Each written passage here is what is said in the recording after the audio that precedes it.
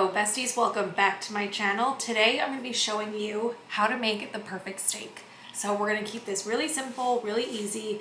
I haven't done anything yet besides preheat my oven. So the oven is on 250. As I'm washing my hands, I thought I should mention, we are going to be doing a reverse sear technique today. It's what I like the best. I think the steak comes out beautiful every time. And I just don't want steak to be intimidating to home cooks, because it doesn't have to be. Dogs are barking. I have a boneless New York strip steak, and that's what we'll be making today. So we're just gonna take this out of the packaging I got from Stop and Shop, and we're gonna pat her dry on my little cutting board. So I just have some paper towel. I'm gonna lay the meat down. I do kind of have a couple angles going here at once, so don't mind the little tripod. First things first, I'm gonna pat my steak dry. Very, very important. This works with most steaks. Anything that has like a little bit of a chunk to it, like I like to do this with filet mignon, ribeye, New York strip, whatever your preference. Now this is super important. You have to season your meat. So I will be using some sea salt and just fresh cracked pepper. I like to put it in a little dish so it's just easier for me to grab than like shake it out of that, you know what I mean? So we're just gonna really get in here and season the shit out of it. Sure, there's a thing as too much salt, but I feel like not here, you know? So I do a ton of salt on that. And I'm just gonna crack right over the salt.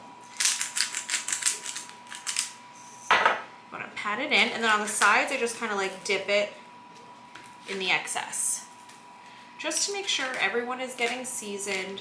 This can be messy, especially because my peppercorns are a little bit big. I'm just gonna do a little extra on the sides here. Get that fat cat. Over on this side, put in some of the peppercorns. Again, we'll season the other side.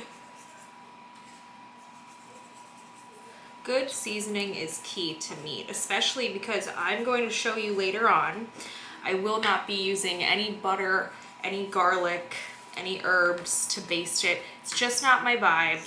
You know, if you like to do that, you can, but we are going to keep it simple and easy today, because that's how I like to cook. And you know what? Like, if I can make it on the healthier side and avoid the butter, you know what? I will. So, to each their own. Okay, our steak is definitely seasoned up beautifully. Now we are going to put it in the oven at 250 degrees for, we'll start at 20 minutes and then we'll see. We're going to use an internal temperature thermometer. So I'm just going to check it maybe every 10 minutes. Maybe I'll give it to the 15 point just to like see where she's at. So I'm going to get a sheet pan now with a rack, and we're going to do that.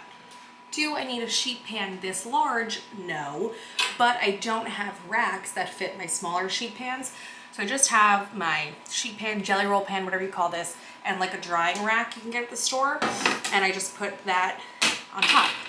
I'm going to lay our steak down onto the rack and just take your excess seasoning and just kind of get it all on there. Now I know what you're thinking. Cody, this is so boring. It's gonna go in the oven and then that's so boring. We're not gonna hang out. Yes, we are. So as a little bonus Jonas, we are going to make a side dish. Let me put this in the oven. So we're taking this, 250 degrees. We're gonna check it in 10 to 15 minutes, okay? Don't think about it, just let things happen. Okay, now I am one person, so I just have this small little pot filled with some water, and we are going to add in some salt.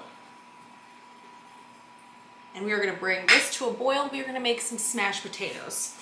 The idea is, while that's in the oven, we can start boiling some potatoes, smash them, and then when the steak comes out of the oven, I'll put the potatoes in the oven. See what I'm doing there? I'm just kind of wheeling and dealing with the appliances. It's great. So this is going on the stovetop to boil. Okay, we just have some yellow mini potatoes. How many of these am I going to use? Good question.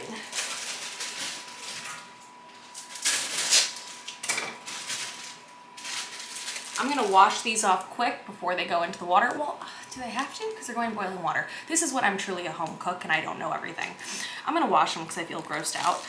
But I'll probably do like 5 or 6 of these in the water. And I'll bring you over to the stovetop. Don't worry, we're getting there. Okay, we're here now. And this isn't that exciting. I'm just gonna pan you down for a second. So, I'm kneeling. We should call this something. Should we call this Cooking with Cody?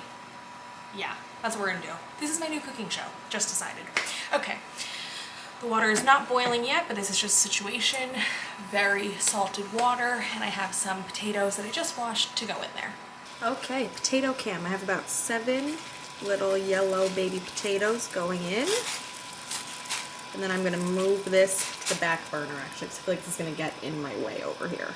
Okay, I originally checked it at 10 minutes, but it really wasn't close. So we're gonna check it right now. Ooh, okay. We're at 108. Our steak just came out of the oven. It was at about 108 internal, and I like it to be anywhere between 100 and 110, so that's perfect. So over here I have my Our Place, not sponsored, but it should be. We have my Our Place cast iron pan, and I'm going to turn on the heat pretty high. I would say medium high to high. So I do wish I re-upped on a bottle of avocado oil, but I'll be using avocado oil in the spray thing. It's fine. Also, our potatoes are not close to boiled yet, so they just might be boiled potatoes with butter on the side. Still delicious. I don't feel like smashing if it's not gonna work out time-wise. They're a little bonus Jonas of the video anyway. We're here for the steak. Let's not get distracted, you know? Now we do have the double camera going for a few reasons. I'm gonna be putting the fan on when I sear this steak because it is gonna get so loud. And I have a fear this is gonna turn into a voiceover for quite a bit of time, which is fine. So that's just where we're at. Most likely once we put this steak down, it's gonna be voiceover time, just so you know. Okay, this is where things are gonna get crazy. I'm gonna take the steak now, and it's a big girl. Let's get a steak cam. Yeah, she's a pretty big girl, so. Okay, we're just gonna, ooh yeah, she's a massive, massive girl. Okay, I'm gonna put the fan on now, and she is gonna start sizzling. I do like to use these. I know. I turned the fan off for a second just so we can kind of chat. I'm gonna see if she's ready to flip now. It's been about 3 minutes, and I think that's good color, so I'm gonna flip it. This is about when other people would probably start with the butter and the basting. I'm just not into that, so I'm not gonna be doing that. Okay, so I just flipped it on its side to kind of make sure all the fat is kind of rendered out. So that's what's happening right now. Okay, so my internal right now is reading at about 130, 133. So I'm gonna take it out because I really don't like overcooked steak. I'm going for medium rare. Okay, so steak is resting right now, and I'm gonna let that rest for a good 10 minutes. So we'll come back when it's time to slice. And you know what? I just wanna show you guys, like, when you're like cooking a steak, and you know what? Sometimes the way it falls in the pan, blame the pan, blame the steak, it's not your fault. Sometimes the middle might not get that char, but the outside got nice color, so I'm not gonna worry about it. I'm always just worried about internal temp, because that to me is most important. Like, okay, we didn't get a perfect crust all over it. Who cares? How is it gonna taste? You don't want it to be overcooked. It is what it is. Okay, while our potatoes, while our steak is resting, still it's 2 minutes, the potatoes are finally boiled. Put all that steam. And then let's go over to our potato cam. Ooh, a little bit of water in there. Whoops. Just put it, ooh, we lost one. Okay. Yikes. Okay. I already have out my gorgeous chef knife for the steak. I'm just gonna take a little bit of Kerrygold butter. And nice knob, a little knobby knob. Just kind of put that in with the potatoes, let that chill out, and I'll add some salt and pepper. And you know, that's really all I'm gonna do with these potatoes. They became a chore, so now they're just boiled potatoes. How do these puppies look? I mean, pretty good for just, oh, I left the fridge open. Just some buttery boiled potatoes. I am not mad at that. Let those relax for a second. Okay, now it's time. I do have a wet paper towel under my cutting board just because we don't need like a slip and slide moment happening. I mean, how gorgeous. Come on. We have our steak can here.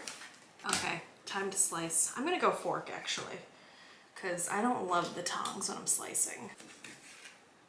Okay, she looks stunning. Hey, gorgeous. Put her off to the side. So we can, am I cutting the right way? Brains are going that way, so I'm going that way. I have to do that every time I make a steak. Grinding me. Okay. Every time without fail. She's looking quite delicious, if I do say so myself. And easy, you know? No problems here, just fun. Just fun. Oh, I'm cutting like a little bit on a diagonal. Let me, you really want a sharp knife for this, so slay that I have one. I'm going to devour this.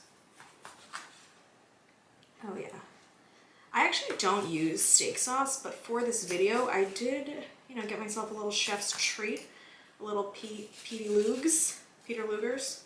Now, this little fat cap on the end, that is going to be a treat for my puppies. What do we think? You're like, they're gonna choke on it. Oh, we almost lost the steak cam. Okay. All right, let's take a little tester bite. You know, like, this is the fun part. Come on in. Let's get a little taste. Oh my God.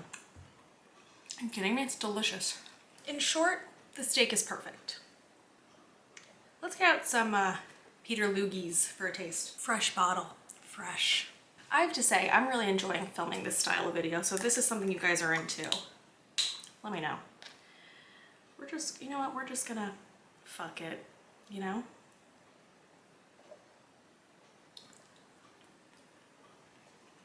Oh, hell yeah.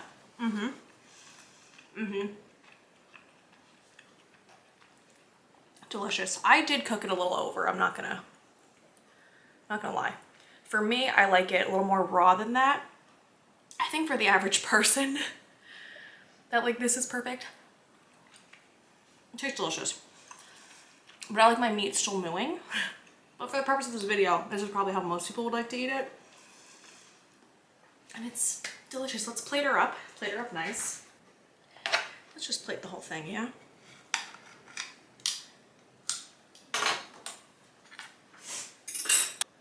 Just wash my hands. Let's arrange nicely. I don't think plating would be my strong suit. It's pathetic. Oh well, we do the best you can, you know? Some potatoes on the side. These look really delicious, actually. Give it an extra swirl and some butter, make them nice and glossy. I might even pour the butter over the potatoes, because why not? All right. Not too shabby, you know? I think we really did something here. It looks fabulous. And that steak, it's good, you know? So if you want to make a steak, this is the best way to do it. Reverse sear it off.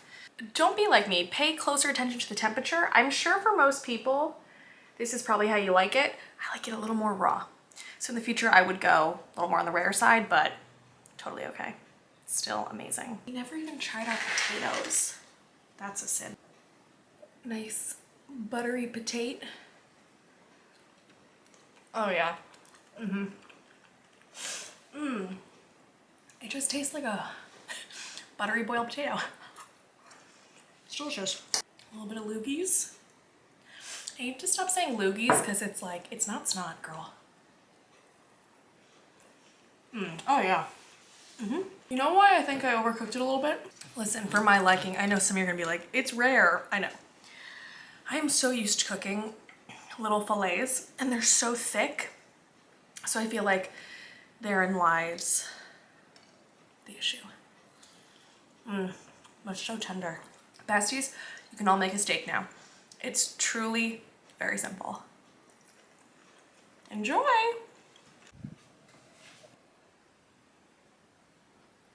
No, not into it. What about you? Wanna try a little? Yeah, you like it. See, you like it.